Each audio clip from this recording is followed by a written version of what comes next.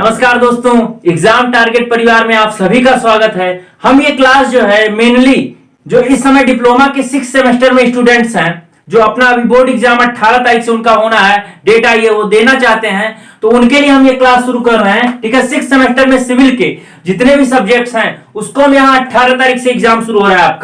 आपका 18 तारीख से एग्जाम शुरू हो रहा है, आज 3 तारीख है, मतलब 15 दिन में हमको जो है आपके इरिगेशन और सीएम में और अर्थक्वेक और ड्राइंग और डीएसएमएस, ठीक है, 5 सब्जेक्ट आपके खत्म करने हैं। ठीक है, 5 सब्जेक्ट तो हम आज शुरू कर रहे हैं डीएसएमएस का, और आपकी एक क्लास सीएमए की भी चलेगी। ठीक है, पैरेलल में चलेगी। ठीक, तो आप लोग जो है यहाँ पे पढ़िए। देखिए, हम डीएसएमएस पढ़ाने जा रहे हैं आपको, तो इसका मतलब ये नहीं कि हम आपको जो है पूरा डीएसएमएस कंपटीशन लेवल का या फिर ऑब्जेक्टिव टाइप का पढ़ाएंगे, ऐसा नहीं है। हम आपको ऐसा पढ़ाएंगे जिससे आपका जो है डिप्लोमा के जो फाइनल ईयर में जो आपका नंबर है वो काफी अच्छा गेन कर सकें, मतलब 50 में से आप 45 प्लस, ठीक है, 45 प्लस आप लाइन, ठीक है, उस बेसिस पे पढ़ाएंगे। और जो हम यहाँ पे आपको पढ़ा देंगे वही आप पढ़ के जाइए और उतना अच्छे से उसको तैयार करके जाइए, आपका पूरा का पूरा क्वेश्चन उसमें से आएगा। ठीक है, देखिए, अगर हम डीएसएमएस की बात करें तो 6 सेमेस्टर में आपके जो डीएसएमएस है वो पूछा क्या क्या जाता है इसमें से। मेनली आप देखिएगा, इसमें आपका रिबेट पूछा जाता है,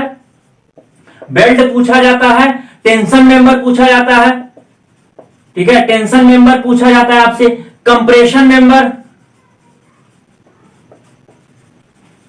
ठीक है। ये 4 चैप्टर अगर आप तैयार कर लेते हैं तो आप देखेंगे, अगर आप अथवा वगैरह जो भी आता है और करके जो आपको छोड़ना रहता है, अगर आप सारे पेपर को उठा के देख लीजिए तो 50 नंबर आप इसी जो है 45 से 50 नंबर आप इसी 4 चैप्टर से आप क्या कर लेंगे, अटेम्प्ट कर लेंगे। लेकिन हम आपको स्टील बीम भी पढ़ाएंगे, ठीक है, स्टील बीम हम आपको यही 5 चैप्टर पढ़ाएंगे और कोशिश करेंगे कि जितना जल्दी से जल्दी हो सके खत्म हो चुके जाए। ठीक है, तो ठीक है, डीएसएमएस आपका अभी यहाँ पे चलेगा, ये 5 चैप्टर आपको पढ़ाएंगे और जो आपका वही चीजें पढ़ाएंगे जो आपके एग्जाम में आनी है। ठीक है, हम आपको कंपटीशन लेवल का नहीं पढ़ा रहे हैं। कंपटीशन लेवल का अगर आपको पढ़ना है तो हमारी पैरेलल क्लासेस चल रही हैं, इसके बगल में पैरेलल क्लासेस चल रही हैं। आप जो है इसको सब्सक्राइब करिए चैनल को, उसके बाद प्लेलिस्ट जाके देखिए। ठीक है, तो हमने जो है इरिगेशन, सॉइल सर्वे और एस्टिमेटिंग, कॉस्टिंग, फ्लूइड, ये सब चीजें आपका सब्जेक्ट चल रहा है, और जो है एसएससी जेईई जो आपका इस बार एग्जाम होना है उसके लिए चल रही क्लासेस। लेकिन हमने जो है ये पैरेलल क्लासेस सर के कहने पर जो है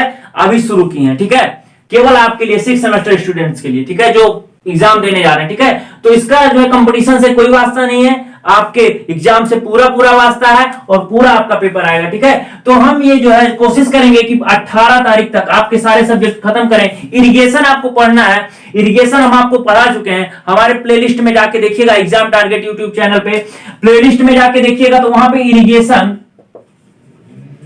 इरिगेशन इंजीनियरिंग की एक प्लेलिस्ट होगी। ठीक है, प्लेलिस्ट होगी, उसमें हम आपको पढ़ाए हैं। देखिए, उसमें हम आपको जो है थ्योरेटिकल भी पढ़ाए हैं और न्यूमेरिकली भी पढ़ाए हैं, ऑब्जेक्टिव लेवल का भी पढ़ाए हैं। ठीक है, तो आप लोग क्या करिएगा, आप लोग जो है आपके पास सरन होगा, ठीक है, जो भी चीज होगा ऐसा चीज होगा जिससे आपको पेपर का एनालिसिस, पिछले पेपर का एनालिसिस पता चलता होगा, तो आप जाइए और इरिगेशन इंजीनियरिंग का हमारे प्लेलिस्ट में उन वीडियोस को देख लीजिए जिनसे आपके क्वेश्चन आ रहे हैं। ठीक है, तो इरिगेशन आप वहां से पढ़ेंगे तो आपका इरिगेशन एकदम परफेक्ट जाएगा और पूरा करके आएंगे। ठीक है, तो इरिगेशन आप वहां से पढ़िए। ठीक है, क्योंकि समय आपके पास केवल और केवल 18 दिन है। 18 दिन क्या, 3 दिन बीत गया, 15 दिन है। ठीक है, तो हम डीएसएमएस यहां पे करा रहे हैं आपके लिए, इरिगेशन आप वहां से कर लीजिए। सीएम में आपको प्रांजल सर पढ़ाएंगे। ठीक है, तो ये चीज हो गया। इसके बाद हम अर्थक्वेक लेकर आएंगे, फिर आपका क्या, आपका सीएम में हो जाएगा अर्थक्वेक, फिर ड्राइंग के बारे में आपको कुछ ऐसी चीजें बताएंगे जो डायरेक्ट एग्जाम में आती हैं। ठीक है, तो ये चीजें आप पढ़िए इसको, फिर हम शुरू कर रहे हैं आज से डीएसएमएस। ठीक है,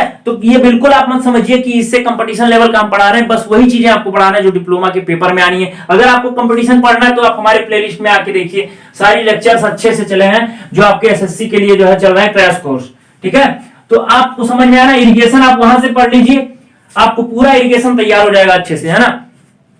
अब हम डीएसएमएस की बात करते हैं, तो सबसे पहला हम बात करते हैं रिवेट ज्वाइंट की, मतलब पहला रिवेट आपका चैप्टर जो है रिवेट ज्वाइंट। ठीक है, रिवेट ज्वाइंट, रिवेट ज्वाइंट में रिवेट क्या होता है, रिवेट ज्वाइंट क्या होता है कि 2 प्लेट है आपकी, कोई 2 प्लेट या 2 मेंबर्स हैं आपको, उनको अगर रिवेट के द्वारा जोड़ दिया जाए, ठीक है, रिवेट के द्वारा जोड़ दिया जाए तो वो रिवेट ज्वाइंट कहलाता है। रिवेट आपका होता है, रिवेट क्या होता है, रिवेट आपकी जो है एक कह सकते हैं एक जो कील टाइप की होती है, एक संरचना होती है, इस्पात की एक संरचना होती है। उसमें क्या होता है, उसमें ऊपर इसका हेड लगा होता है, कैप लगा होता है, और नीचे वाला पार्ट क्या कहलाता है, इसे हम हेड कहते हैं, ठीक है। और इसे क्या कहते हैं, सैंक कहते हैं, ठीक है, सैंक, सैंक कहते हैं, ठीक है, इसे सैंक कहते हैं, ठीक है। तो यही आपका रिवेट होता है, ठीक है। रिवेट में क्या होता है, एक तरफ कैप लगाया जाता है, एक तरफ कैप नहीं बनाया जाता। जब इसको होल में, ठीक है, मान लीजिए दो प्लेटों को आपको जोड़ना है, इसके होल में जब इसको डाला जाता है, फिर इसमें जब ऊपर से आप क्या इंपैक्ट लोड लगाते हैं, तो यहां पर भी कैप का निर्माण हो जाता है, मतलब यहां पर भी कैप बन जाता है। इससे क्या हो जाता है, आपकी दो प्लेटें फिक्स हो जाती हैं, ठीक है। तो रिवेट जॉइंट में यही होता है। आपसे पूछा जाता है टाइप्स ऑफ रिवेट, ठीक है, टाइप्स ऑफ रिवेट पूछा जाएगा। पहला क्वेश्चन आपका आता है कि जो एग्जाम में आपके क्वेश्चन आएगा डायरेक्टली कि रिवेट के कौन कौन से प्रकार होते हैं, मतलब पूरा जो है विस्तार सहित वर्णन कीजिए, आपका ये क्वेश्चन आएगा, ठीक है। एक्सप्लेनेशन आपका आएगा रिवेट का, टाइप्स ऑफ रिवेट्स के लिए, ठीक है। तो सबसे पहले रिवेट की वर्गीकरण की बात करें तो उनके शीर्ष के, जो हमने हेड बताया ना, रिवेट का जो ये हेड है, इस हेड के आधार पर इनका वर्गीकरण किया जाता है, ठीक है। तो सबसे पहले हम बात करेंगे टाइप्स ऑफ रिवेट की, टाइप्स ऑफ रिवेट, ठीक है। टाइप्स ऑफ रिवेट की बात करें तो अकॉर्डिंग टू, पहला आपका अकॉर्डिंग टू हेड, ठीक है, हेड ऑफ रिवेट, मतलब आप हिंदी वाले तो भी ध्यान दीजिए कि जो आपका लिखेंगे रिवेट का प्रकार, पहले लिखेंगे रिवेट का प्रकार, फिर लिखेंगे किसके, रिवेट के शीर्ष के आधार पर, रिवेट के शीर्ष के आधार पर, ठीक है। इसको लिख दे रहे हैं, नहीं तो आप कहेंगे कि हिंदी में नहीं पढ़ा रहे हैं सब। शीर्ष के आधार पर, ठीक है, शीर्ष के आधार पर अगर हम रिवेट का वर्गीकरण करें तो रिवेट के कई टाइप होते हैं, ठीक है। पहला होता है आपका स्नैप हेड, स्नैप हेड।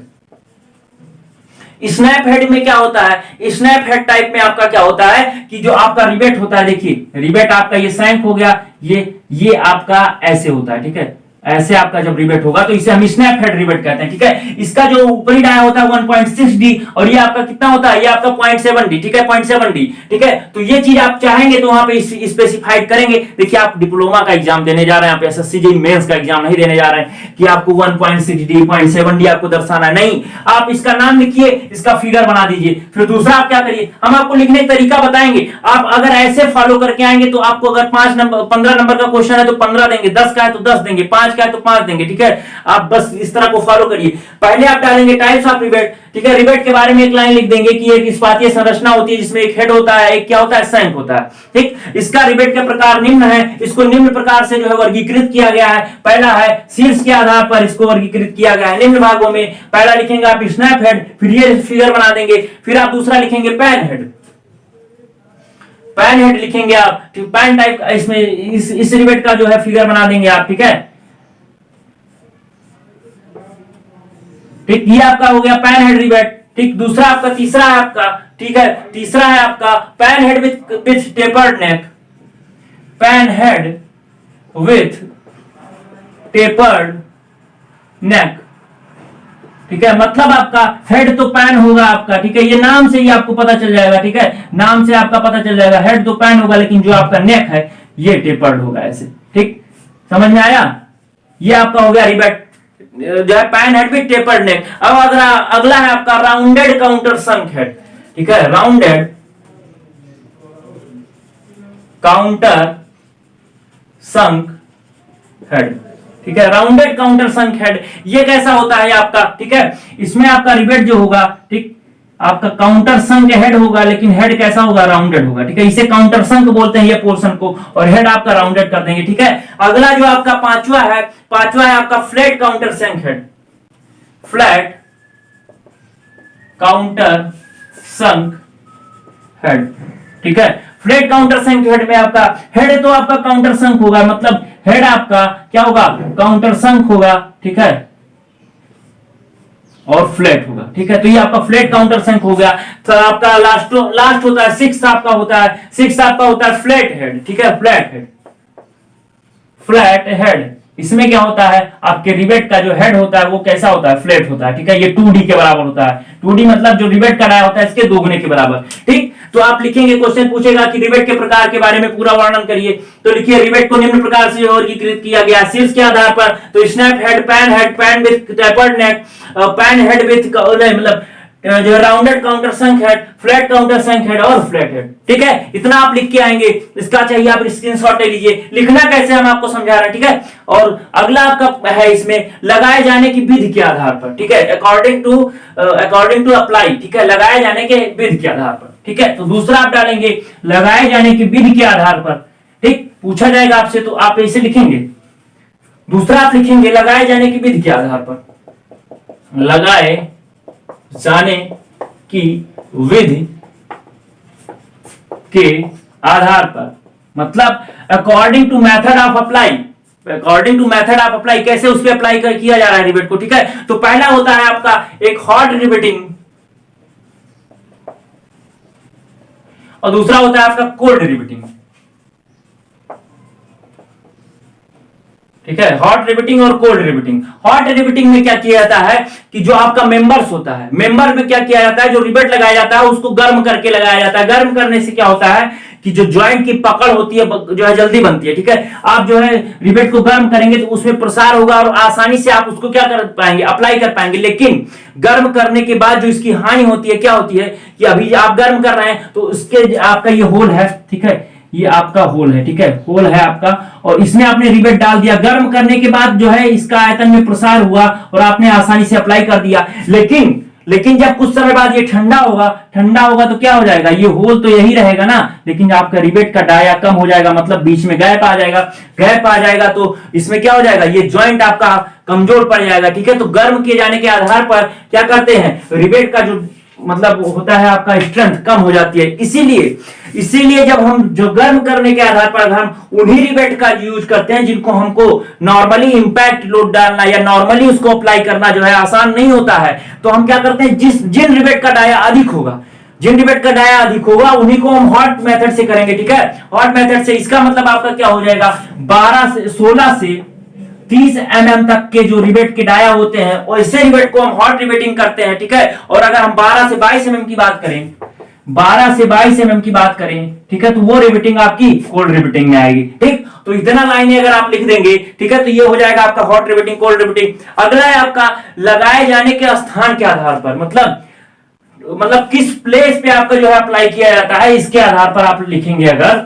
ठीक है, 3 प्रकार से आपको जो है लगाना है तो आपको पूरा नंबर जो है मिल जाएगा। अगला लिखेंगे आप लगाए जाने के आधार जो है स्थान के आधार पर, लगाए जाने के स्थान के आधार पर।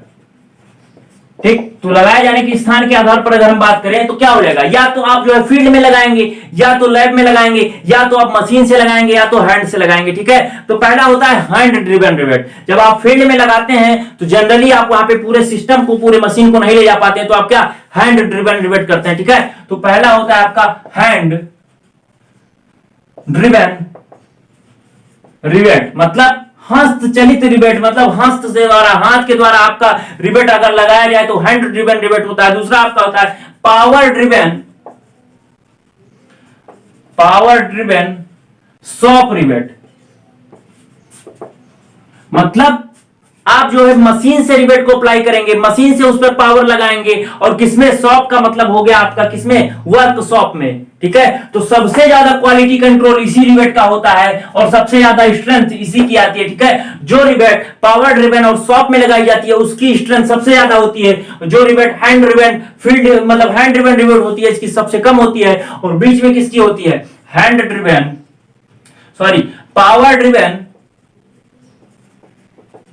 Power driven field rivet. ठीक है, मतलब क्या हुआ कि ये जो है पावर से लगाई जाएगी लेकिन फील्ड पर लगाई जाएगी। तो देखिए फील्ड में आप उतनी क्वालिटी कंट्रोल नहीं कर सकते जितना आप लैब में कर सकते हैं, क्योंकि लैब में आपके पास सारी सुविधाएं होती हैं, तो क्वालिटी कंट्रोल अच्छा होगा तो स्ट्रेंथ सबसे ज्यादा प्राप्त होगी। तो सबसे ज्यादा स्ट्रेंथ इसकी होती है, फिर इसकी 90% स्ट्रेंथ ये होती है, मतलब ये जो आपकी पावर ड्रिवन शॉप रिवेट होती है उसका 90% स्ट्रेंथ आपका पावर ड्रिवन फील्ड रिवेट की होती है, और इसका 80% स्ट्रेंथ हैंड ड्रिवन रिवेट की होती है। ठीक है, तो ये चीज आप अगर लिख देंगे तो अगर ये क्वेश्चन आया कि रिवेट को क्लासिफाई करिए, तो अगर आप इतनी चीजें लिख देंगे तो आपका एक भी नंबर नहीं कटेगा। ठीक है, अगला क्वेश्चन आपका आ सकता है। ठीक है, अब कि ज्वाइंट्स के प्रकार को लिखिए। रिवेट ज्वाइंट कितने प्रकार के होते हैं उसको आप क्या करिए, जो है आपका उसको विस्तृत रूप से समझाइए। तो आप जो है रिवेट ज्वाइंट में आपका क्या लिखना है कि टाइप्स ऑफ रिवेट ज्वाइंट।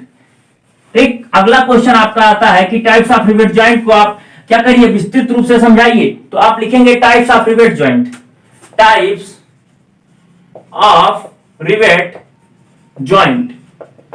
कहने का मतलब ये हुआ कि वह ज्वाइंट जो रिवेट के द्वारा अगर जो है जोड़े जा रहे हैं, मतलब अगर किसी प्लेट को, किसी मेंबर को रिवेट के द्वारा जोड़ा जा रहा है, तो कितने तरीके से उस मेंबर को जोड़ा जा सकता है, कितने तरीके से जोड़ा जा सकता है। तो मेनली दो तरीके से जोड़ा जा सकता है रिवेट ज्वाइंट के टाइप। आप इसमें क्या करिए, आप सीधा एक जो है ऐसे बना दीजिएगा चार्ट और लिखिएगा यहाँ पे कि रिवेट में जो ज्वाइंट्स होते हैं मेनली मेंबर्स को दो तरीके से जोड़ा जाता है। एक होता है आपका लैप ज्वाइंट, एक होता है आपका लैप ज्वाइंट, और एक होता है आपका क्या, लैप ज्वाइंट। इसे हम फिलेट बेल्ट भी कहते हैं। ठीक है, फिलेट, फिलेट बेल्ट, यार बेल्ट यहां कहां से आ गया, ठीक है, गलत हो गया। ठीक, तो लैप ज्वाइंट की हम बात कर रहे हैं अभी, किसमें, रिवेट में है। ठीक है, तो लैप ज्वाइंट हो गया। और इधर आपका क्या होता है, इधर आपका होता है, इधर लैप ज्वाइंट, और दूसरा आपका होता है but joint. But joint, lap joint और बट ज्वाइंट में क्या अंतर होता है, आप क्या करेंगे, आप सीधा ऐसे बना देंगे। और अगर आपका टाइप्स ऑफ रिवेट ज्वाइंट पूछा है तो हम बता रहे हैं आपको कैसे लिखना है। आप करेंगे क्या, लिखेंगे कि जो है रिवेट ज्वाइंट आपका दो प्रकार के होते हैं, एक होता है आपका लैप ज्वाइंट, एक होता है बट ज्वाइंट। लैप ज्वाइंट में आप क्या करेंगे कि दो मेंबर्स लेंगे, दो प्लेट लेंगे। ठीक है, इन प्लेट को क्या करते हैं, एक दूसरे को ओवरलैप करा देते हैं। ओवरलैप कराने के बाद इसे रिवेट के द्वारा जोड़ देते हैं। ठीक है, रिवेट के द्वारा जोड़ देते हैं, तो इसे कहते हैं लैप ज्वाइंट। और बट ज्वाइंट में क्या करते हैं कि दो मेंबर्स को आप क्या करते हैं, एक दूसरे से सटा के रखते हैं। ठीक है, बट करके मतलब एक दूसरे से सटा के रखते हैं, और इसके ऊपर कवर प्लेट लगा देते हैं, और कवर प्लेट में होल करके रिवेट के डाया को मतलब रिवेट को क्या करते हैं, अप्लाई कर देते हैं। तो ये आपका बट ज्वाइंट कहलाता है। ठीक है, लैप ज्वाइंट और बट ज्वाइंट समझ में आया। आप क्या करेंगे, यही बताएंगे कि लैप ज्वाइंट में मेनली क्या होता है कि जो है एक प्लेट को दूसरे प्लेट के ऊपर ओवरलैप करा के रिवेट के द्वारा जोड़ा जाता है। और बट ज्वाइंट में एक प्लेट को दूसरे प्लेट से सटा के उसे कवर प्लेट की सहायता से जोड़ा जाता है। कवर प्लेट की मोटाई जनरली 5/8 टाइम्स होती है, किसकी, मेन प्लेट की मोटाई की। ठीक है, 5/8 टाइम्स होती है मेन प्लेट की मोटाई की। ठीक है, तो इसे आप जो है जनरली ध्यान रखिएगा और इसमें ये चीज लिख दीजिएगा। अब फिर बात करते हैं कि जो ज्वाइंट्स होते हैं वो कितने प्रकार के होते हैं। ठीक है, या तो सिंगल रिवेट जो है ज्वाइंट होगा, या तो डबल रिवेट होगा, या ट्रिपल रिवेट, चाहे वो लैप ज्वाइंट की बात करें या तो बट ज्वाइंट की बात करें। ठीक है, single rivet, double rivet, triple rivet, मतलब क्या हुआ कि अगर हम इसमें बात करें तो अगर आपका एक लाइन, मतलब अगर आपकी प्लेट है, अगर इसमें 3 रिवेट्स को लगा दिया गया तो ट्रिपल रिवेट जो है लैप ज्वाइंट हो जाएगा। लेकिन अगर आपका ये बट ज्वाइंट है, इसमें डबल कवर प्लेट लगी हुई है, तो इसके एक तरफ अगर 3 जो है रिवेट लगाई जा रही है, इसका मतलब ये ट्रिपल रिवेट बट ज्वाइंट होगा। ठीक है, और ये ट्रिपल रिवेट जो है आपका क्या हो जाएगा, लैप ज्वाइंट। ठीक है, तो ये 3 प्रकार की होती हैं, एक सिंगल रिवेट जो है लैप ज्वाइंट या but joint, double rivet lap joint या बट ज्वाइंट, या triple rivet lap joint but joint. ठीक है, ये चीज लिख देंगे आप। और क्या लिखेंगे, जो आपका बट ज्वाइंट, इसको एक तरीके से और बांटा गया, सिंगल कवर बट ज्वाइंट या डबल कवर बट ज्वाइंट। जब कवर प्लेट को एक ही तरफ पर लगाया जाएगा तो उसे सिंगल कवर बट ज्वाइंट कहेंगे, और यदि कवर प्लेट को दोनों तरफ लगाया जा रहा है तो उसे डबल कवर बट ज्वाइंट कहेंगे। ठीक है, तो अगर टाइप्स ऑफ ज्वाइंट के बारे में पूछा तो इतना आप लिखेंगे। ठीक, इतना आप लिख लेंगे कि नहीं लिख लेंगे। ठीक है, अब हम बात करते हैं इसके जो है इसके अंतर की। ठीक है, अगर इसका अंतर पूछता है, ठीक है, लैप ज्वाइंट और बट ज्वाइंट में अंतर पूछ लिया आपका, पूछता है कि लैप और बट ज्वाइंट में अंतर क्या होता है। ठीक है, अंतर क्या होता है, तो क्या अंतर होता है, इनमें डिफरेंस क्या होता है। लैप ज्वाइंट का आप यहां पे फिगर बना लीजिए, एक यहां पे आप रिवेट लगा दीजिए, आपका रिवेट है ना, ये आपकी रिवेट है। ठीक है, यहां पे आप but joint, double cover but joint बना लीजिए और सिंगल कवर।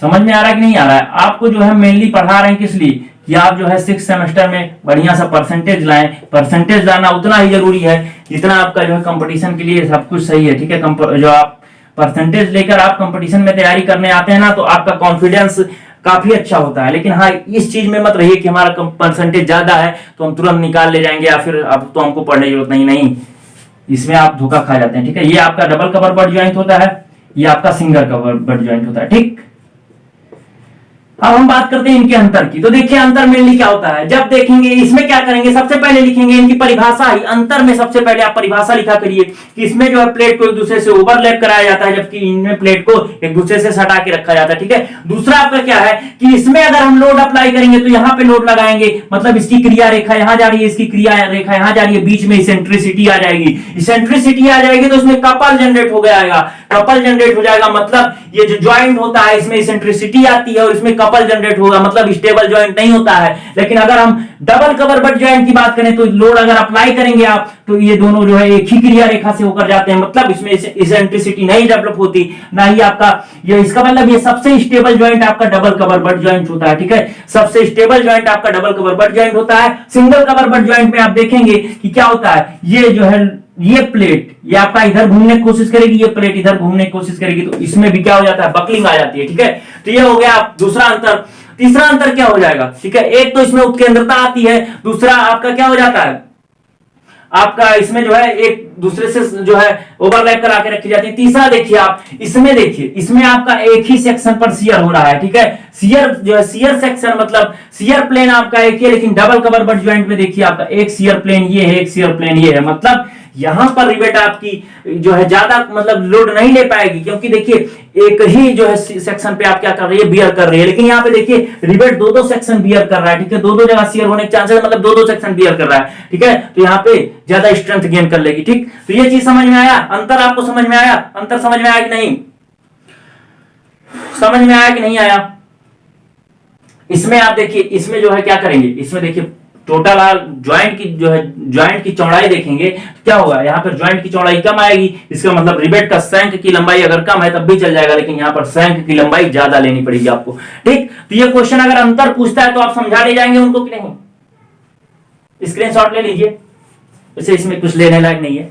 चलते हैं अगले बात करते हैं, जो रिवेट आप लगा रहे हैं, ठीक है, आपसे पूछा जाता है कि रिवेट का अरेंजमेंट कितने तरीके से किया जा सकता है। आपका क्वेश्चन आएगा कि रिवेट का अरेंजमेंट आप कितनी तरीके से कर सकते हैं।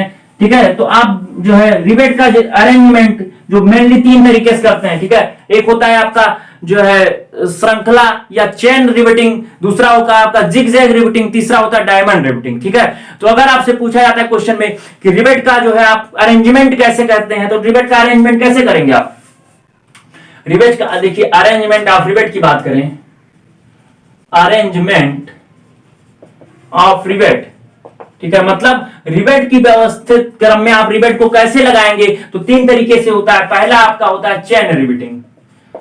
चेन रिवेटिंग, चेन रिवेटिंग का मतलब होता है श्रृंखला पद्धति से रिवेट को लगाना। श्रृंखला पद्धति में आपका क्या हो गया कि मान लीजिए ये आपकी जो है प्लेट्स हैं, ये प्लेट्स हैं, अब इसका हम क्या प्लान दिखा रहे हैं आपको। ठीक है, ठीक है, ये आपकी प्लेट्स हो गई, दो प्लेट है आपकी। ठीक है, अगर इसका सेक्शन दिखाएं, देखिए हम एक ज्वाइंट आपको दिखाएंगे बट ज्वाइंट, उसी से आपको क्या लैप ज्वाइंट भी समझ लीजिएगा। ठीक है, उसमें कुछ करना नहीं है, प्लेट को हमारे पोलियो हो गया है। ठीक है, तो उससे आप मत परेशान होइए। मान लीजिए यहाँ पे आपका दो श्रृंखला में आपकी जो है रिवेटिंग हुई है। ठीक है, दो लाइन में रिवेटिंग हुई है। ठीक है, तो इन लाइनों को अगर आप दिखाएं तो कुछ ऐसे आएगा, ऐसे आएगा। इसका मतलब ये हुआ कि अगर हम चैन रिवेटिंग की बात करेंगे तो चैन रिवेटिंग में नंबर ऑफ रिवेट्स एक रिवेट लाइन पर बराबर होंगी, और जो उनकी रिवेट लाइन मतलब गेज लाइंस होंगी। देखिए देखिए रिवेट लाइन और गेज लाइन क्या होता है अभी हम आपको बता रहे हैं। ठीक है, ये आपकी गेज लाइन होती है, ये आपकी रिवेट लाइन होती है, अभी हम आपको समझा रहे हैं कैसे क्या होता है। ठीक है, एक्चुअली में लोड लगाने के दिशा पर निर्भर करता है, लोड किधर लग रहा है उस हिसाब से रिवेट लाइन और गेज लाइन डिपेंड करती है। ठीक है, ऐसा नहीं कि ये वाली गेज हो जाएगी ये वाली रिवेट हो जाएगी, नहीं, लोड जिधर लगेगा उसके डिपेंड करता है। ठीक है, तो अभी बात करते हैं हम चैन रिवेटिंग की। तो चैन रिवेटिंग में क्या होता है कि चैन रिवेटिंग में आपकी जो है नंबर एक रिवेट लाइन में जो है नंबर ऑफ रिवेट की संख्या समान होती है, और वो समान संख्या हर रिवेट लाइन में होती है। मतलब हर रिवेट लाइन में आपकी जो है क्या होगी, रिवेटों की संख्या समान होगी और वो एक ही लाइन में होंगी। ठीक है, सारी एक ही लाइन में होंगी, तो आपका चैन रिवेटिंग कहलाएगा। दूसरा होता है जिग जैग रिवेटिंग। दूसरा आपका क्या है, जिग जैग रिवेटिंग। इसमें क्या होता है, इसमें आपका देखिए चैन रिवेटिंग का आप जो है बना लिए हैं फिगर ना, बना लिए हैं। ठीक, तो इसको हम मिटाते हैं। मान लीजिए यहां पे तीन लाइन में आपका जो है लगा दिया गया रिवेट। ठीक है, यहाँ पे भी एक रिवेटिंग लगा कर दी गई है, यहाँ पे भी कर दी गई है, मतलब आपका 3 रिवेट लाइंस हो गई। तो देखिए मान लीजिए यहाँ पे ये रिवेट्स हैं, यहाँ पे इस लाइन में 2 ही रिवेट लगाया, फिर इस लाइन में 3 रिवेट लगा दिया गया, इसी तरह इधर 3 रिवेट लगाया गया, फिर 2 ही लगाया गया, फिर 3 लगा दिया गया। तो मतलब जिग जैग कंडीशन में हो, मतलब कहीं पे 2 लगा दी जा रही है, कहीं पे 3, कहीं 2, कहीं 3, ठीक है। तो इस तरह का जब क्रम होगा तो उसे जिग जैग रिवेटिंग कहते हैं। डायमंड रिवेटिंग क्या होता है, जो सबसे मजबूत रिवेटिंग होती है आपकी डायमंड, और सबसे इकोनॉमिकल भी डायमंड रिवेटिंग। डायमंड रिवेटिंग में क्या होता है कि आपका जो 3 लेयर में लगी है ना, जो रिवेटिंग 3 लेयर में आपकी रिवेटिंग हुई है, तो इसमें क्या करते हैं आप लोग कि डिक्रीजिंग ऑर्डर में रिवेट्स को लगाते हैं। यहां पे आप 3 रिवेट्स लगाए, ठीक है, यहाँ पे 2 लगाए, यहाँ पे 1, ठीक, ये आपकी जो है डायमंड रिवेटिंग कहलाती है। ठीक, ये आपका कंडीशन। आपको कुछ नहीं करना है, आपको टाइप्स ऑफ रिवेटिंग लिखनी है, रिवेटिंग में आपको एक एक लाइन लिखना है और ये फिगर बना देना है, आपको पूरा नंबर मिलेगा। ठीक, अब हम आगे आपको बात करते हैं, ये जोड़ के व्यवस्था क्रम हो गया। अब हम परिभाषाएं आपसे बात कर लेते हैं, ठीक है, कौन कौन सी डेफिनेशन आती हैं। डेफिनेशन पूछा जाता है ना आपको, कई सारी डेफिनेशन एक ही क्वेश्चन में पूछ लिया गया, तो आप डेफिनेशन को देख लीजिए। समझ में आ रहा है ना आपको, हम बस वही चीजें पढ़ा रहे हैं जो आपके एग्जाम में डायरेक्ट पूछी जाएंगे, और देख लीजिएगा जितने क्वेश्चन हम बताएंगे आपको वही क्वेश्चन आएगा, क्योंकि हम कोई क्वेश्चन छोड़ेंगे ही नहीं आपका, है ना। तो फिर कहां से आएगा, है ना। बात करते हैं डेफिनेशंस की। डेफिनेशंस में आपका क्या, सबसे पहला आपका nominal dia of rivet. Nominal dia of rivet कहने का मतलब ये हुआ कि डिबेट का normal dia, normal dia rivet का, ठीक है। आप देखिए हिंदी इंग्लिश में परेशान मत होइए, हम लिख भले यहाँ पे इंग्लिश या हिंदी में रहे हैं, देखिए लिखते दोनों में हैं हम, लेकिन आपको बोल के समझा रहे हैं, आप लिख रहे हैं तो लिख लीजिए, या फिर आप दिमाग खोले रहिए, आप समझ लेंगे एक बार तो जी चीजें आप कॉपी में लिख लेते हैं, ठीक है, समझने के बाद एक बार लिख लेते हैं, वो आपको हमेशा के लिए याद हो जाएगी, और आप कॉपी में हमारा लेक्चर आपको जरूर सुनाई देगा। जब आपके एग्जाम में पेपर आएगा ना, तो हमारा लेक्चर आपको जरूर सुनाई देगा, और उस समय आप जो है वही चीजें लिखेंगे जो यहाँ बोल रहे हैं, और आपको पूरा पूरा आप 45 प्लस नंबर लाएंगे, ठीक है, 45 प्लस नंबर लाएंगे आप। बस पूरा लेक्चर आप ध्यान से दीजिए और देखिए, और आप क्या करिए, पूरा समझिए बस। ठीक, अब बात करते हैं नॉमिनल डाया ऑफ रिवेट। जो रिवेट के शंक का डाया होता है, लगाने से पहले, ज्वाइंट में अप्लाई करने से पहले जो शंक का डाया होता है उसे हम क्या कहते हैं, nominal dia of rivet. Joint, मान लीजिए आपका ज्वाइंट है, ये प्लेट है, प्लेट में आपका होल है, ये है ना। तो इस होल में रिवेट को अप्लाई करने से पहले रिवेट का जो डाया था ये डी, इसे हम कहते हैं नॉमिनल डाया, इसे हम स्मॉल डी से प्रदर्शित करते हैं। दूसरा आपका होता है gross dia, gross diameter of rivet, मतलब सकल डाया की बात किया, सकल व्यास पूछा रिवेट का। सकल व्यास क्या होता है, ये जो एक्चुअली में वो रिवेट का व्यास ना होके इस होल का व्यास होता है, इस होल का व्यास होता है सकल व्यास आपका। कैपिटल डी से डिनोट करते हैं इसको, कैपिटल डी से। तो कैपिटल डी क्या होता है, जो इसका रिवेट का डाया ना होके होल का डाया होता है, क्योंकि जब रिवेट को अप्लाई कर देते हैं तो ये माना जाता है कि इसमें कोई वाइड्स नहीं बचा है, कोई गैप नहीं बचा है, रिवेट ने क्या किया है, प्लेट के पूरे होल को भर लिया है। इसका मतलब इस होल के डाया के बराबर इसका डाया हो जाता है, माना जाता है ऐसा, ठीक है। एजम्पशन है आपके रिवेट की, ठीक है, रिवेट जॉइंट्स की, ठीक है। तो जो अगर आपका 25 mm तक अगर डाया है तो इसमें 1.5 mm जोड़ देते हैं नॉमिनल डाया में, तो आपका ग्रॉस डाया निकल आता है। अगर 25 mm से ज्यादा है तो डी में आप 2 mm जोड़ देते हैं, तो आपका क्या, कैपिटल डी निकल आता है, ये mm में होगा डी। ठीक, समझ में आया, ग्रॉस डाया, नॉमिनल डाया। अगला है आपका गेज लाइन, ठीक है, गेज लाइन और रिवेट लाइन की हम बात करते हैं। गेज लाइन और रिवेट लाइन दो चीज आपकी बात करते हैं, है ना। मान लीजिए आपका 2 प्लेटें हो गई, है ना, ये 2 प्लेटें आपस में जुड़ी हुई हैं बट जॉइंट के द्वारा। यहां पर 1 2 3 1 2 डायमंड रिवेटिंग की है, ठीक है, डायमंड रिवेटिंग की गई है, ठीक है। ये आपका हो गया। आपका फोर्स यहां पे लग रहा है, नहीं फोर्स हम यहां ना लगा के फोर्स इधर लगाएंगे, अभी इधर ही लगाइए फिर समझाते हैं। फोर्स आपका इधर लग रहा है, ठीक, फोर्स आपका इधर लग रहा है। अब यहाँ पे देखिए, समझिएगा, हमारी बातों को सुनिएगा आप लोग, ठीक है, आप लोग हमारी बातों को जरूर सुनिएगा, फिर आपको समझ में आएगा क्या होता है ये सब चीजें, ठीक। अब देखिए, लोड लगाए जाने वाले दिशा, लोड लगाई गई दिशा के पैरेलल, ठीक है, लोड जो लगाया जा रहा है, लोड की जो एक्शन है, line of action of load है, उसके पैरेलल जो रेखाएं होती हैं जो रिवेट के सेंटर से होकर जाती हैं, उन्हें हम गेज लाइन बोलते हैं। क्या बोलते हैं? Gauge line. गेज लाइन का मतलब ये हुआ कि आपका लोड अगर लगा रहे हैं इस डायरेक्शन में, तो इसके पैरेलल जो लाइन जाएंगी आपकी, ठीक है, वो आपकी क्या कहलाएंगी? गेज लाइन कहलाएंगी, ठीक है। और इस लोड लगाने के परपेंडिकुलर डायरेक्शन में जो लाइंस आती हैं वो आपकी क्या कहलाती हैं? ये आपकी रिवेट रेखा कहलाती है, रिवेट लाइन। अब मान लीजिए लोड इधर लगाया गया, तो इसलिए इस कंडीशन के लिए ये आपका गेज लाइन हो जाएगा और ये आपका रिवेट लाइन हो जाएगी। समझ रहे नहीं कि अगर आपका लोड इधर लगाया गया है तो ये आपकी गेज लाइन कहलाएंगे, लेकिन अगर आपका लोड इधर लगाया गया तो ये आपकी गेज लाइन कहलाने लगेगी। गेज लाइन और रिवेट लाइन समझ में आया?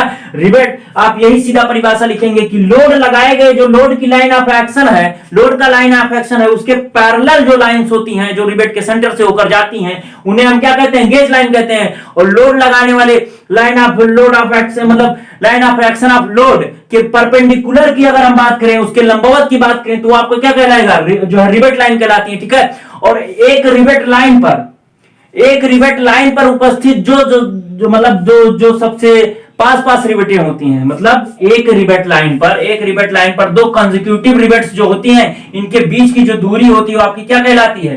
पिच कहलाती है, ठीक है, पिच कहलाती है। और दो गेज लाइन के बीच की दूरियां क्या कहलाती हैं? गेज डिस्टेंस कहलाती है। दो कॉन्जिक्यूटिव गेज लाइन के बीच की दूरी क्या कहलाती है? गेज डिस्टेंस कहलाती है। और एक रिवेट रेखा पर स्थित दो सबसे नजदीक, मतलब दो कंसेक्यूटिव जो आपकी रिवेट्स होती हैं उनके बीच की दूरी पिच कहलाती है। और स्टैगर्ड पिच एक होता है। स्टैगर्ड पिच क्या होता है कि मान लीजिए दो जो कंसेक्यूटिव रिवेट्स लाइन होती हैं, दो कंसेक्यूटिव रिवेट्स लाइन के बीच की दूरी आपकी क्या कहलाती है? ये स्टैगर्ड पिच कहलाती है, स्टैगर्ड पिच कहलाती है, ठीक है। समझ में आया? स्टैगर्ड पिच क्या होता है कि दो कंसेक्यूटिव रिवेट लाइंस के बीच की दूरी, मतलब दो कंसेक्यूटिव रिवेट्स के बीच में, जो मान लीजिए आप एक कंसेक्यूटिव लाइन ये है, कंसेक्यूटिव लाइन ये है, इन दोनों के बीच जो रिवेट्स लगे होंगे, दो सबसे नजदीकी रिवेट्स के बीच की दूरी जो कंसेक्यूटिव रिवेट्स होंगे उनके बीच की दूरी स्टैगर्ड पिच कहलाती है। और दो गेज लाइन के बीच की दूरी क्या कहलाती है? गेज डिस्टेंस कहलाती है। एंड डिस्टेंस क्या होता है? जो सबसे बाहरी रिवेट है आपकी, जो सबसे बाहरी, देखिए पिच की वैल्यू जो 0.25 डी से अधिक होनी चाहिए, मतलब 2.5 डी से कम नहीं होना चाहिए। मिनिमम पिच की बात करें, मिनिमम पिच आपकी होती है 2.5 डी, ठीक है, 2.5 डी डायमीटर ऑफ रिवेट या ग्रॉस डाया, ठीक है, ये चीज आपका होता है, ठीक है। तो टू पी मिनिमम आपका कहलाता है, मतलब मिनिमम पिच आपका 2.5 डी होना चाहिए, ठीक है। और एंड डिस्टेंस की अगर हम बात करें तो एंड डिस्टेंस जो आपकी आउटर मोस्ट रिवेट होती है, आउटर मोस्ट रिवेट से जो आपका आउटर मोस्ट फाइबर होता है, इनके बीच के सेंटर के बीच की दूरी को एंड डिस्टेंस कहते हैं। और ये 1.5 डी से अधिक नहीं होना चाहिए, हाँ, मतलब 1.5 डी से कम नहीं होना चाहिए, मतलब एंड डिस्टेंस आपको प्रॉपर्ली प्रोवाइड करनी पड़ेगी, है ना। ये चीज हो गया। अब बात करते हैं कि एंड डिस्टेंस में एक 1.7 डी होता है, एक 1.5 डी होता है। 1.7 डी कब होता है? जब आपका हैंड कट किया जाता है, ठीक है, और फ्लेम कट किया गया, आपका मशीनी कट किया गया, तो 1.7 जो है 5 डी होता है, ठीक है। ये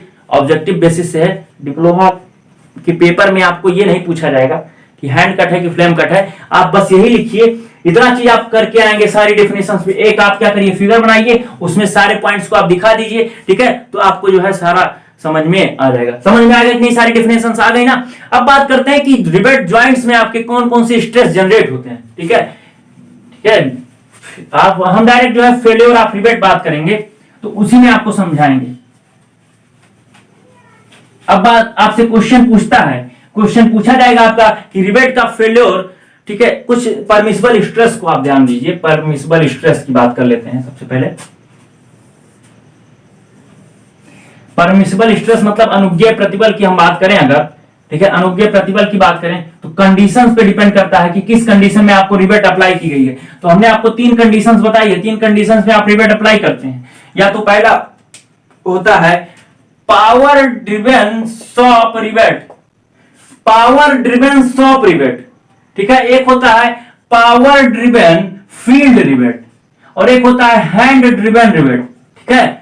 तीनों समझ में आया? इसको हम लिख रहे हैं लेकिन आप समझिए, पावर ड्रिवन शॉप रिवेट मतलब जो मशीन के द्वारा आपका वर्कशॉप में अगर रिवेट अप्लाई की गई है, और पावर ड्रिवन फील्ड रिवेट मतलब मशीन के द्वारा आपका फील्ड में रिवेट अप्लाई की गई है, और हैंड ड्रिवन रिवेट मतलब फील्ड में आपका हैंड से रिवेट अप्लाई की गई है। तो यह आपका होता है shear stress, permissible shear stress, यह आपका होता है permissible bearing stress, permissible tensile stress या आपका परमिसिबल बियरिंग स्ट्रेस, है ना। तीनों आपकी जो है परमिसिबल स्ट्रेसेस की बात करें तो 100, ये आपका 100 होता है, ठीक है, 100 होता है, ठीक है, 100 न्यूटन पर, यहां पे न्यूटन पर एमएम स्क्वायर की बात करेंगे हम, ठीक है। ये भी न्यूटन पर एमएम स्क्वायर में होगा, ये भी न्यूटन पर एमएम स्क्वायर, ठीक है, मीटर नहीं एमएम, ठीक है। 100 होता है, ये भी 100 न्यूटन पर एमएम स्क्वायर होता है, ये 300 न्यूटन पर एमएम स्क्वायर, ठीक है। ये हम किसकी बात कर रहे हैं, हम रिवेट की बात कर रहे हैं, रिवेट की, हम प्लेट की बात नहीं कर रहे हैं। प्लेट की टेंसाइल स्ट्रेंथ अलग होगी, हम यहाँ पे रिवेटिंग की बात कर रहे हैं, ठीक है। और अगर हम बात करें तो इसका 90% हमने बताया था, इसका 90% ये हो जाता है तो 90 90 270, और इसका 80% ये होता है 80 80 250, ठीक। ये आपकी परमिसिबल स्ट्रेसेस हो गई, इसको याद करिएगा। अब बात करते हैं रिवेट में विफलता, failure in rivet joint. Rivet joint में फेल्योर कैसे कैसे हो सकते हैं, ठीक है। तो बात करते हैं फेल्योर इन रिवेट जॉइंट्स की। समझ में आ रहा है कि नहीं आ रहा है?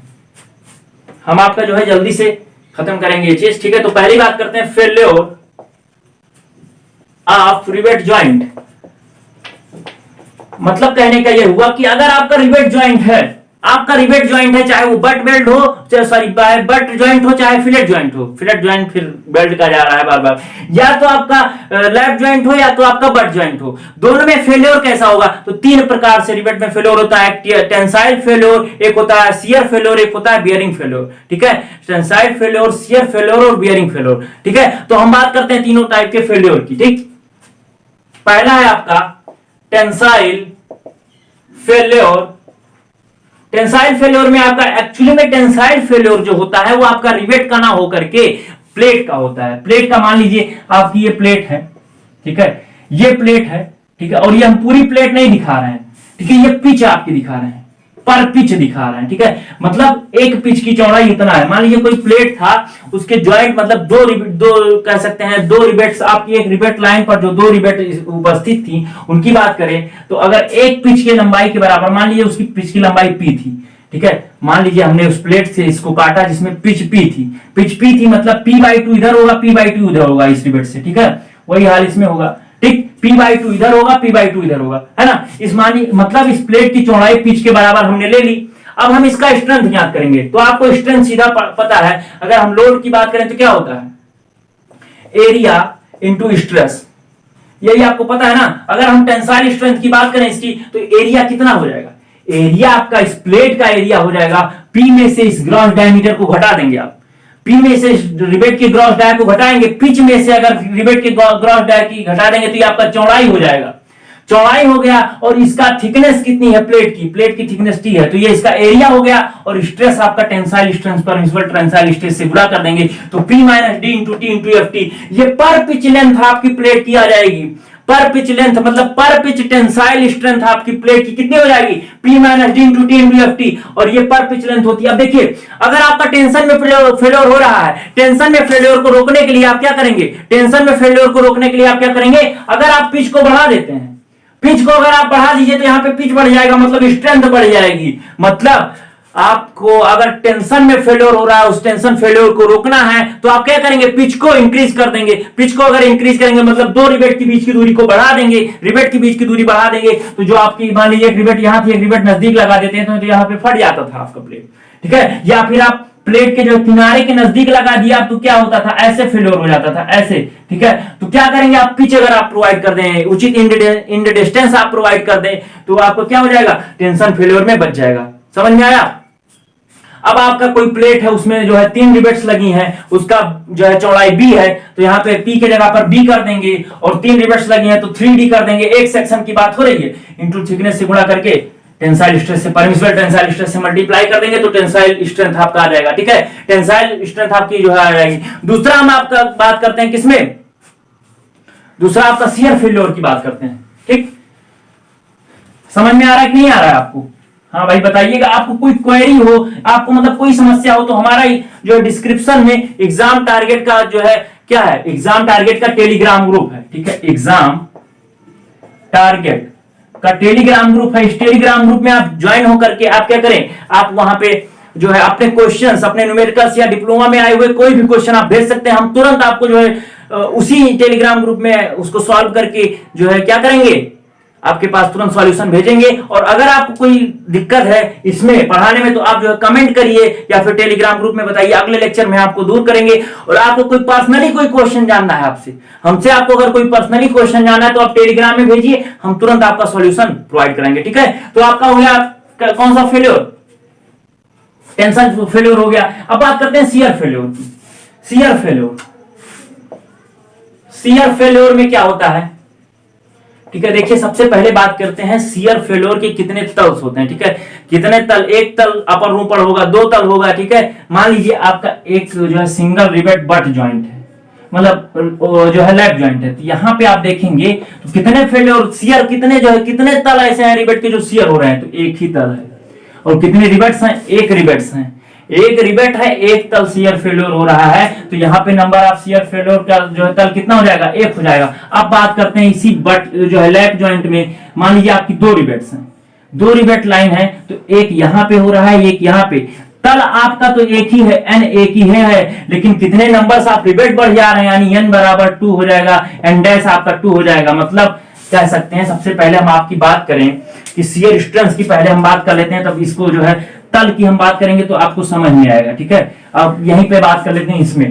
ठीक है, यहां पर मान लीजिए एक तल अपर रोपण हो रहा है, एक रिवेट लगी हुई है, तो हमने आपको बताया फोर्स बराबर क्या होता है, फोर्स बराबर होता है एरिया इंटू स्ट्रेस, हमने आपको बताया ये चीज। ठीक है, एरिया इंटू स्ट्रेस होता है, तो रिवेट का यहाँ पे ग्रॉस डाया के बराबर एरिया कितना हो जाएगा, या शियर फोर्स आपका अगर हम बात करें, शियर कितना जो है रेजिस्ट करेगा, तो अगर हम एरिया की बात करें कितना हो जाएगा, π/4 इंटू डी स्क्वायर। आपने सभी ने पढ़ा होगा, सर्कुलर सरफेस है तो उसका एरिया कितना होता है, π/4 इंटू डी स्क्वायर हो गया। अब इसका shear stress permissible shear stress Fs हो गया, तो यही तो आपका फार्मूला होता है शियर स्ट्रेंथ का, रिवेट के शियर स्ट्रेंथ का यही तो फार्मूला होता है। ये आपका डी जो है ग्रास डायमीटर होता है। अब हम बात करेंगे कि एक तल दो तल अपर ऊपर क्या होता है, अगर आपका एक रिवेट लगा है तो एक तल अपर ऊपर है और एक ही रिवेट है, तो यहाँ पर 1 से 1 इंटू 1 से मल्टीप्लाई करेंगे तो 1 हो जाएगा। लेकिन अगर यहाँ पे बट जो है लैप ज्वाइंट है और डबल रिवेटिंग की गई है, तो अपर ऊपर तो एक ही तल है, तो मतलब 1 से मल्टीप्लाई हो जाएगा, लेकिन रिवेट्स कितनी है, एक यहाँ पे शियर रजिस्ट कर रही है, यहाँ पे रजिस्ट कर रही है, तो 2 से मल्टीप्लाई हो जाएगा इंटू ये फॉर्मूला आप उतार देंगे। अगर आपका 3 रिवेट लगाई गई है तो तल रिवेटिंग मतलब शियर एक ही होगा, एक ही तल में, लेकिन नंबर ऑफ रिवेट जो रजिस्ट करेंगे वो 3 हो जाएंगे, तो 3 निकल के इधर इसको उतार देंगे। समझ में आया। अगर यही हम बात करें कि अगर बट ज्वाइंट की बात करें, बट ज्वाइंट की बात करें, तो मान लीजिए आपका ये बट ज्वाइंट हो गया, ठीक, बट ज्वाइंट हो गया, इसमें कवर प्लेट लगी हुई है, डबल कवर प्लेट लगी हुई है, यहाँ पे एक रिवेट एक इधर जो है, एक रिवेट इधर, ठीक।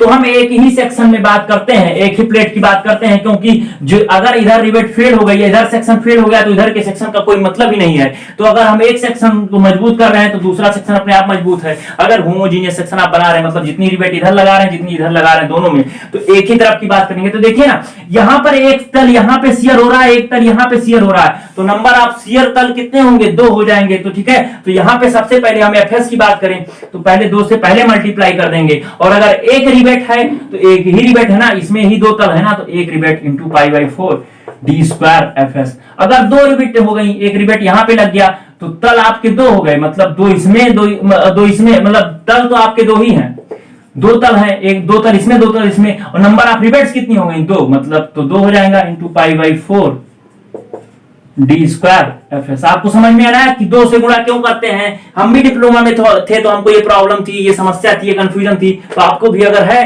तो ठीक है, नहीं है तो आप बहुत अच्छे, ठीक। तो ये चीज आप समझ लीजिए, ठीक है। एक तल अपर ऊपर, 2 तल अपर ऊपर, आपको समझ में आया। लास्ट फेल्योर है आपका वियरिंग फेल्योर। वियरिंग फेल्योर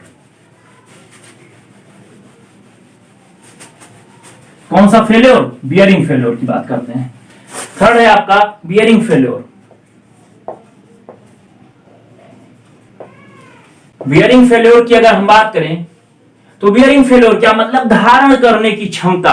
धारण करने की क्षमता मतलब एक प्लेट जो है, एक रिवेट कितना लोड को धारण कर सकती है। तो धारण कौन करता है, मान लीजिए आपका रिवेट है, ठीक है, ये आपका जो है यहाँ पे एक रिवेट है और प्लेट, इसका डायमीटर डी है, ठीक है, कैपिटल डी है, ठीक है, डायमीटर आपका कैपिटल डी मान लीजिए, ग्रॉस डायमीटर, और थिकनेस टी है, थिकनेस दी है, तो जो ये आपका होल होगा ना, यही तो इसी का तो एरिया आपका क्या करेगा, बियर करेगा। मतलब अगर इस होल का क्रॉस सेक्शन लें तो इसको थोड़ा सा 3D में अगर हम बनाएं, ठीक है, ये आपका हो गया रिवेट, ठीक है। तो ये जो पोर्शन होगा शेडेड पोर्शन, यही तो बियर करेगा। आप ऐसे आपका प्लेट है, इसको काट दिया जाए अगर, तो ये जो पोर्शन होगा इसी पर तो लोड लगेगा, यही तो बियर करेगा आपका। तो वो जो एरिया होगा, अगर हम बात करें स्ट्रेस की, हमने अभी बताया लोड बराबर आपका होता है क्या, एरिया इंटू स्ट्रेस, ठीक है। अगर हम एरिया इंटू स्ट्रेस, तो एरिया कौन सा लिया जाएगा, डी इंटू टी। ये आपका डायमीटर, इसकी लंबाई कितनी है, डी के बराबर, और थिकनेस कितनी है, टी। रेक्टेंगुलर सरफेस ही तो करेगा, तो D into T into F T. ये आपका क्या हो जाता है, ये आपका बियरिंग स्ट्रेंथ हो जाता है। और अगर आपका देखिए, आपकी जो है जितने नंबर्स ऑफ रिवेट लाइंस होंगी, ठीक है, रिवेट लाइन, इसमें जो है शियर अपरूपण तल से हमको नहीं मतलब है, हमको मतलब है कि ये जो है एक प्लेट पर कितने रिवेट लाइंस हैं, 1 है, 2 है, 3 है, जितने रिवेट लाइंस होंगी उतना ही इससे मल्टीप्लाई कर दिया जाएगा, तो वो आपकी बियरिंग स्ट्रेंथ। क्योंकि एक यहाँ बियर कर रही है, एक यहाँ बियर कर रही है, एक यहाँ बियर कर रही है, हमको तल से नहीं मतलब है, कितने तल में शियर हो रहा है नहीं मतलब है, हमको इतने मतलब है कि कितने क्रॉस सेक्शन ऐसे आ रहे हैं रिवेट के जो बियर कर रहे हैं उस लोड को, कौन सा हो जाएगा, D into T into F T. समझ में आया। अब एक टर्म इसमें होता है रिवेट वैल्यू क्या होता है, आप तीनों स्ट्रेंथ को निकाल लीजिए रिवेट की आपने तीनों स्ट्रेंथ निकाली। और एक चीज ध्यान रखिएगा, आप एक रिवेट की तीनों स्ट्रेंथ निकालेंगे, क्योंकि आप रिवेट वैल्यू निकाल रहे हैं, तो एक रिवेट की स्ट्रेंथ निकाल रहे हैं आप। जितने भी 3-4 रिवेट्स लगे उनसे मतलब नहीं है आपको, आप एक रिवेट निकालिए, एक रिवेट की शियर स्ट्रेंथ निकालिए, एक रिवेट की बियर स्ट्रेंथ निकालिए, एक रिवेट की जो है टियरिंग स्ट्रेंथ निकालिए, और तीनों स्ट्रेंथ में जो कम हो वही आपका क्या कहलाएगा, वही आपका रिवेट वैल्यू कहलाता है। और एक रिवेट की जो वैल्यू आती है, देखिए एक्चुअली में जो बियर स्ट्रेंथ और शियर स्ट्रेंथ होता है वही आपका जो है रिवेट वैल्यू कहलाता है, क्योंकि टियरिंग स्ट्रेंथ जो आपकी होती है वो प्लेट की होती है, टियरिंग स्ट्रेंथ आपकी प्लेट की होती है, तो प्लेट से हमको मतलब ही नहीं होता है। तो हम जो एक्चुअली में शियर स्ट्रेंथ आपकी जो होती है, शियर स्ट्रेंथ मतलब शियरिंग स्ट्रेंथ आप कह सकते हैं, शियरिंग स्ट्रेंथ और आपकी बियरिंग स्ट्रेंथ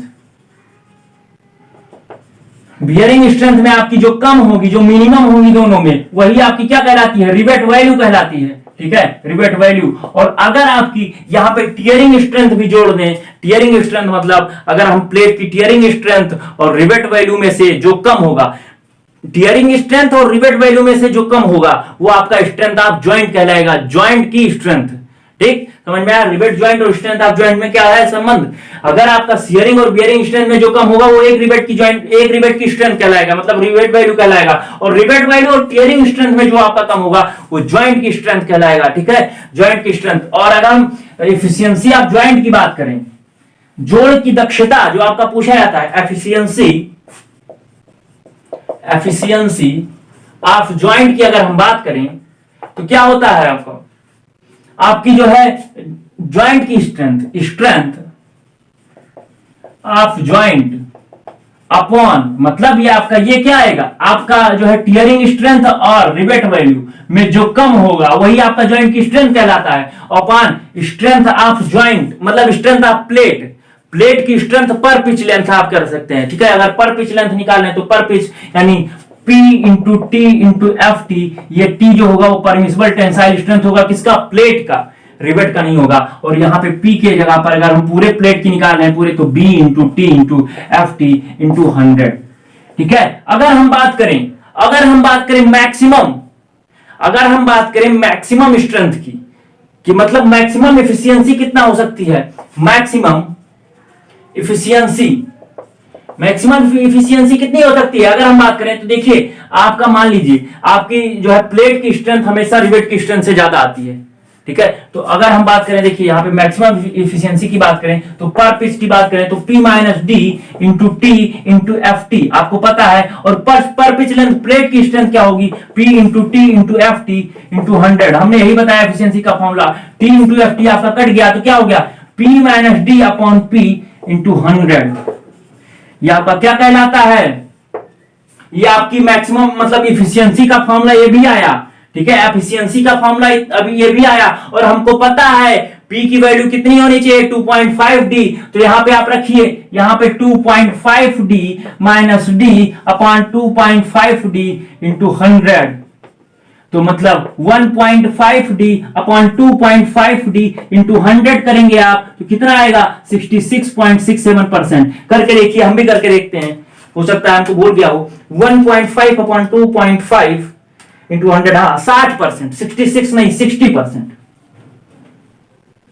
ठीक है 60% आपकी मैक्सिमम इफिशियंसी होती है रिवेट जॉइंट की। कितना 60%। ये चीजें आपको आनी चाहिए, ठीक समझ में आया। तो ये चीज आपके टाइप्स ऑफ फेलोर हो गई। अब आपका क्या बचा है इसमें, अब आपका न्यूमेरिकल ही बचा है। तो अभी आप इसको जो है पढ़िएगा अच्छे से। और ये पहला लेक्चर था, हम आपको जो है ज्यादा इसमें नहीं पढ़ाएंगे। आपको पसंद आया कि नहीं आया, आपको लग रहा है कि आप अपने शर्म उठा के देख लीजिए। और हम जितना पढ़ाए हैं आज, जितना पढ़ाए हैं रिबेट से, न्यूमेरिकल के अलावा इससे ज्यादा क्वेश्चन नहीं आया होगा, इससे ज्यादा क्वेश्चन रिबेट से नहीं आया होगा। अगर आया होगा तो आप हमको बताइएगा, ठीक है। कल हम आपको इससे रिलेटेड न्यूमेरिकल्स बताएंगे और उसके बाद हम वेल्ड पढ़ाएंगे कल आपको, ठीक है। कल से आपको थोड़ा सा और तेज ले चलेंगे, लेकिन आज का पहला लेक्चर था, इसको ज्यादा बड़ा नहीं खींचते, ठीक है। तो आज के लिए इतना ही, धन्यवाद। आप लोग टेलीग्राम पे जरूर मैसेज करिएगा, ठीक, और चैनल को सब्सक्राइब करिएगा, क्योंकि आपके सारे वीडियो इसी चैनल पे आएंगे, ठीक है। और हम लोग 18 तारीख से पहले आपके सिलेबस को कवर करेंगे। और ये चीज आप लोग समझ लीजिए कि आपका बहुत अच्छा नंबर आने वाला है डिप्लोमा फाइनल ईयर 6 सेमेस्टर में, ठीक। तो धन्यवाद, मिलते हैं अगले लेक्चर में, ठीक है।